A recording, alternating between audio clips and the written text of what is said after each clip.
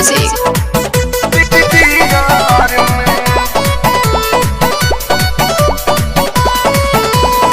कहियो न करे लयरो हो खर्चा, कहिले करे के तो लगे जैसे मरचा।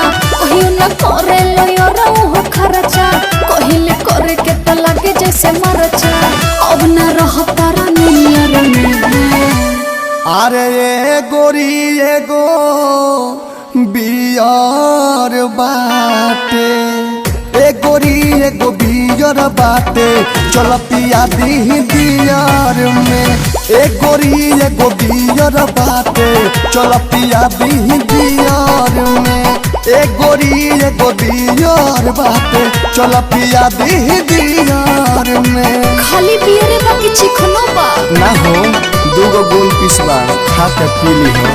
आओ खा लो, आओ खा लो। Presented by Anshu Bala Music।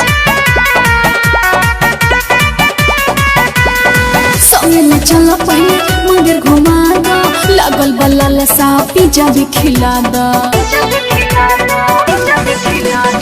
संगे न चला पहले मंदिर घुमा दा, लागल बल्ला लसा पिज्जा भी खिला दा। धीरे धीरे बढ़ता रे गोरी तोहरो डिमांड, एक से एक बढ़ के लाई बानी चीज हम बरांड। आज न छोड़ब हम तोहर तो पीछा, ए होई यार तू पूरा दो हमर इच्छा। गाड़ी चलावा डल के गियर में। अरे ये गोरी एगो बियर बाटे, ए गोरी एगो बियर बाटे, चल पिया दी बियर में। ए गोरी एगो बियर बाटे, चल पिया दी बियर में। ए गोरी एगो बियर बाटे, चल पिया दी बियर में।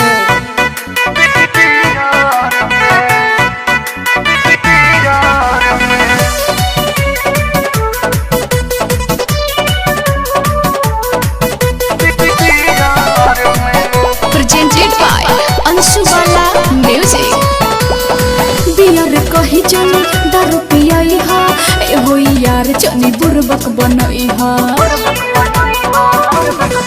सुना बियर कही जानी दारू पियाई हा, ए होई यार जानी बुरबक बनई हा। आज पी ले बुता बोल का हो जाई, तनी कॉल रोमांस खूब मजा हो जाई। सुनी लया दो विदेशी कने खोल के, घर आइल बनी घूमे हम बोल के। मानी ला बात न्यू ईयर में। अरे ये गोरी एगो बियर बाटे, ए गोरी एगो बियर बाटे, चल पिया दी बियर में। ए गोरी एगो बियर बाटे, चल पिया दी बियर में। ए गोरी एगो बियर बाटे, चल पिया दी बियर में।